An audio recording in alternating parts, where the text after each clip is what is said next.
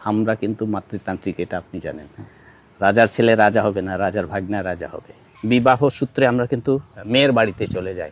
আমি এখন যাব হচ্ছে সুনামগঞ্জের রাজাই গ্রামে। আর রাজাই গ্রাম এটা হচ্ছে সুনামগঞ্জে যে বারিকা টিলা আছে, এই বারিকা টিলার পরেই রাজা থেকে এই গ্রামের নামকরণ করা হয়েছে রাজাই গ্রাম। আর এই রাজাই গ্রামের রাজা যিনি ছিলেন তিনি হচ্ছেন একজন খাসিয়া রাজা ছিলেন। এগুলো সবই হচ্ছে মেঘালয়ের পাহাড়। আর এই মেঘালয়ের পাহাড়ের পাশ দিয়েই আমি যাচ্ছি এই খাসিয়া রাজা যিনি তার বাড়িতে। এটা হচ্ছে একেবারে টিলা থেকে আমরা নিচে নামতেছি। এই খাসিয়া যে রাজা ছিলেন তাদেরকে কি এখনো রাজাই বলা হয় নাকি? হ্যাঁ, এখনো রাজার ছেলেরা তো এখনো রাজাই। রাজার ছেলেরা নাকি আপনার ওই যে তখনও মানে নিজেদের পার্সোনাল বন্দুক নিয়ে চলাফেরা করতো। এটা আমরা ছোট সময় দেখছি, পার্সোনাল বন্দুক নিয়ে চলাচল করতে। এলাকাতে এখন ওনারা আসে কম আর কি, বাহিরে থাকে সবাই। এলাকাতে রাজার বড় ছেলে আছে শুধু। এখন তো আমি আপনার সাথে যে আছি, জি, মানে সোজা কথায় এক কথায় যদি আমি বলি, আমি একজন রাজপুত্রের সাথেই আছি, মানে রাজার ছেলের এক সাথে। কথায় বলা যেতে পারে। এটা হচ্ছে রাজাই গ্রাম। রাজাই গ্রাম। আর রাজাই গ্রামের যিনি হ্যাঁ। রাজা ছিলেন, হ্যাঁ। উইথক্লিফ রাজা, জি, যিনি হচ্ছেন আপনার মানে পূর্বপুরুষ।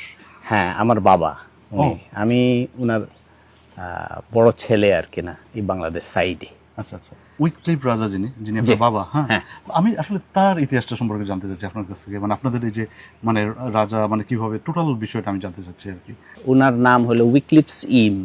উনার স্টেট ছিল আপনার নংসইন স্টেট, যেটা এখন ওয়েস্ট খাসি হিলস পড়ে গেছে মেঘালয়। তিনি হইলেন সবচেয়ে প্রথম খাসিয়াদের মধ্যে সিভিল ইঞ্জিনিয়ার পাশ করেন 1934 সালে। আমরা কিন্তু মাতৃতান্ত্রিক, এটা আপনি জানেন। রাজার ছেলে রাজা হবে না, রাজার ভাগ্না রাজা হবে। সেহেতু বাবার যে মামা তিনি রাজা, এবং তার তিনি হইলে বাগনা, সে ডেপুটি রাজা। আমরা কিন্তু এই আশেপাশে ছিলাম তখন। যখন দেশ ভাগ হয় তখন কিন্তু আমাদের বেশিরভাগ বাংলাদেশে পড়ে যায়। আচ্ছা আচ্ছা, এটা কিন্তু আমার মার জায়গা। উনি তো রাজা ছিলেন। হ্যাঁ, হ্যাঁ। তো উনার বংশধর বলতে আপনি একজনই আছেন মানে? না, আমরা 5 ভাই, আচ্ছা আচ্ছা 3 বোন আচ্ছা আচ্ছা। আমরা আছি। কিন্তু আমাদের মধ্যে আপনি খেয়াল করবেন যে আমরা রাজারা, আমাদের বাবা রাজা আছে কিন্তু আমরা রাজা হতে পারবো না, যেহেতু আমাদের আমার টাইটেল কিন্তু সলোমার, আর বাবার টাইটেলস ইম মানে রাজা। যার টাইটেলস সেই রাজা হতে পারবে, এছাড়া কেউ হতে পারবে কিন্তু না। আপনার মায়ের টাইটেল কে? আমার মায়ের টাইটেল, যেহেতু আমরা মাতৃতান্ত্রিক, আমরা রাজা হতে পারি, কিন্তু আমাদের সেই স্ট্যাটাস বা সেই মর্যাদাটা রাজপুত্র হিসেবে আমরা পাই। ওইটাই, আপনি মানে রাজপুত্র ঠিক আছে, হ্যাঁ, কিন্তু আপনি রাজা হতে পারবেন রাজা হতে পারবো। কিন্তু আপনার এই কি বলে মানে উনার ভাগনা যিনি, মানে রাজার ভাগনা যিনি, আপনার মামাতো ভাই না? হ্যাঁ, সে আবার রাজা হবে। হ্যাঁ, এখনো উনারা রাজা আছেন, ওই স্টেটে রাজা আছেন। আমরা রাজপুত্র হিসেবে আমরা মর্যাদাটা পাই, কিন্তু অ্যাকচুয়ালি আমরা কিন্তু রাজা হতে পারবো না। আপনারা মায়ের টাইটেল ক্যারি করেন, বাবার টাইটেল ক্যারি করবেন না, এই জন্যই আপনি রাজা হতে পারবেন না। না, তো এটার কারণটা কি? এটা হলো আমাদের যেটা কৃষ্টি কালচার, যেটা আমাদের যেমন বাংলাদেশে 2টাই আছে, পৃথিবীতে মনে হয় 2টাই আছে, একটা হলো খাসিয়া, আবার একটা গারো। এই দুইটা জাতি আপনার মাদের কাছ থেকে আমরা টাইটেল নেই। আর যদি আমরা বাবার কাছ থেকে টাইটেল নেই তাহলে আর আমরা খাসিয়া না বা গারো না। আচ্ছা আচ্ছা, সেহেতু আমরা কিন্তু বিবাহ সূত্রে আমরা কিন্তু ইয়াতে চলে যাই, মেয়ের বাড়িতে চলে যাই। তারা কিন্তু আসেন, আপনারা যেরকম মেয়েকে নিয়ে আসেন, আমরা কিন্তু মেয়ের বাড়িতে চলে যাই। এই হইল গিয়ে আমাদের মধ্যে পার্থক্য, আপনাদের মাতৃতান্ত্রিক এবং পিতৃতান্ত্রিকের মধ্যে। হ্যাঁ, তো এই যে মেয়ের বাড়িতে চলে যাওয়াটা, হ্যাঁ, এটার ইয়েটা কি, মানে কারণটা কি? এটা কারণটা হলো গিয়া আমাদের ছেলেরা তো সাধারণত এবং সম্পত্তির মালিক কিন্তু মেয়েরা হয়। ও, মানে বাবার সম্পত্তি মেয়েরা পাবে, ছেলেরা পাবে না? বাবার সম্পত্তি না তো, এটা মার সম্পত্তি। ও, মার সম্পত্তি। হ্যাঁ, মার মায়ের সম্পত্তি, সম্পত্তি। হ্যাঁ, মার সম্পত্তি। বাবার সম্পত্তি তো আর বাবার সম্পত্তি বলতে কিছু নাই না। বাবার সম্পত্তি তো যদি তিনি আর লিখে যান তাহলে এটা আমরা পেতে পারি। আচ্ছা আচ্ছা, হ্যাঁ, বা উনি যদি জীবিত কালে যদি আপনার ওই জায়গাগুলো সবাইকে বন্টন করে যায়, তাহলে অন্য ব্যাপার। হ্যাঁ।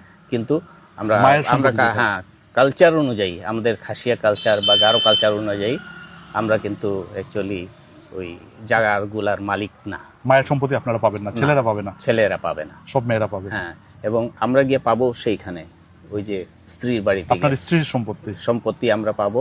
তবে সেখানে আমরা ছেলে হিসাবে আমরা দুইটা পাওয়ারটা অ্যাক্সেস করি বা পাওয়ারটা উপভোগ করি। এক হলে বাবা হিসাবে আর এক হচ্ছে মামা হিসাবে। আচ্ছা, আচ্ছা। মামা হইল গিয়া এই পরিবারে, যেমন আমার গোত্রর সলমার গোত্রর মামা যদি হয় তাহলে আমি সম্পূর্ণ পাওয়ার আমি আমার সাথে আলোচনা করে কারে কত জায়গা দেব, কারে সম্পূর্ণ আমার ইখতিয়ারে থাকবে। আচ্ছা, আচ্ছা। আমরা কিন্তু একই টাইটেলে বিয়ে হতে পারবো না। যেমন সলোমার সাথে বিয়ে হতে হবে হবে, না। সিএম এর সাথে যদি বিয়ে হয় তাহলে সে সমাজচ্যুত হবে এবং সে কোনো মতেই দেবে না আপনার বিয়ে করতে। সমাজ এটা মানবেই না। মানবেই না, এবং সে যদি বিয়েও করে যেভাবে হোক এটা সেপারেট করাবে। আপনি মনে করেন এখনো জায়গা প্রায় 30-40 কিলোমিটার রয়ে গেছে বাবার নিজস্ব বাবার? জায়গা। হ্যাঁ, আচ্ছা, আচ্ছা। এবং 30-40 কিলোমিটার জায়গা রয়ে গেছে। হ্যাঁ, রয়ে গেছে, এখনো আছে। এখানে আপনার অনেক কিছু রয়ে গেছে, যেমন চুনা পাথর রয়ে গেছে, কয়লা রয়ে গেছে, ইউরেনিয়াম রয়ে গেছে, পেট্রোলিয়াম রয়ে গেছে। এগুলো মাটির নিচে আছে। আর এগুলো সব আপনাদের সম্পদ। এইগুলো হলো কি, হ্যাঁ, আমার সম্পদ বলে আমার বাবার ওই তো, বংশের। হ্যাঁ, আপনার বাবার বংশের সম্পদ। আপনি রাজপুত্র, হ্যাঁ। তো আরো যারা আপনাদের খাসিয়া টোটাল, হ্যাঁ, মানে রাজা হোক বা না হোক ওইটা বিষয় না, সবার ক্ষেত্রে হচ্ছে বিয়ের পরে মানে ওই মেয়ের বাড়িতে চলে যাবে। তো এই বিষয়টা নিয়ে কোনো মানে ধরেন আমাদের হলে ধরেন ঘর জামাই বলে এটা বলে ওইটা বলে, এইগুলা কোনো না, আমরা তো মনে করি প্রাইড এটা আমাদের। আমরা তো এটা কি বলবো, এটা অপমান বোধ করি না, আমরা বরঞ্চ গর্ব বোধ করি। আমরা সেখানে গেলাম, সেখানে আমাকে সুন্দরভাবে গ্রহণ করলো। কেন, আমি যদি উল্টা প্রশ্ন করি আপনাদের, মেয়েরা যখন যায় তখন তাদেরকে আপনি কেমন করে গ্রহণ করেন? এবং সেই মেয়েটা বা কি, সে তো আরো নতুন, মহিলা, হ্যাঁ, মহিলা, তো হ্যাঁ। ওইখানে গিয়ে যে সে এত করে থাকবে, পুরো নতুন করে সবকিছু জীবনটা শুরু করবে, তাইলে সেখানে তো একই হয়ে যায়। কিন্তু ছেলের ক্ষেত্রে তো সেভাবে করতে মানে সেরকম মনে হয় পরিস্থিতি হয় না। হ্যাঁ। এবং সে অনেক কিছুতে অনেক করতে পারে, মানে সমস্যাগুলো সমাধান করতে পারে। এই এখানে লেখা আছে, হ্যাঁ, হ্যাঁ। এই যে নংস্টোইন, হ্যাঁ, রাজ পরিবারের উৎপত্তি, হ্যাঁ, হ্যাঁ। 1829 খ্রিস্টাব্দে। আপনার বলতে আপনার বাবার, হ্যাঁ, বাবার। মানে তাদের রাজ পরিবারের। জি। আবার এই যে রাজ্যের নাম ছিল নংস্টোইন। হ্যাঁ, নংস্টোইন, মেঘালয়, ভারত। হ্যাঁ। কেবল বাবাকে না, একজন রাজাকে আপনি পেয়েছেন, একবারে সরাসরি দেখেছেন। তো উনার চলাফেরা কেমন ছিল, কি মানে একজন রাজা হিসেবে উনি মানে কিরকম চলতেন বা কি, মানে এটা আমি একেবারে, আপনি তো মানে চাক্ষুষ সাক্ষী প্রমাণ যে আপনি একজন রাজাকে আপনি একবারে সামনে থেকে দেখেছেন ভাই।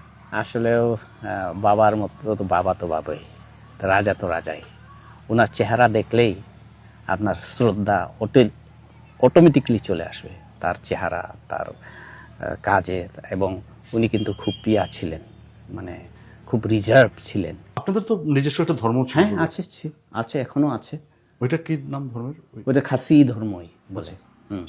তারা কিন্তু আবার করে না, ওই দেবদেবীর পূজা করে না, ওই যে শক্তির পূজা করেন। যেমন শক্তি বলতে গাছ বা ওই উপর আর কি না, তারা তাদের যে ঈশ্বর তারা নিরাকার সেটা মনে করে, এবং তারা কোনো দেবদেবীতে বিশ্বাস করে না।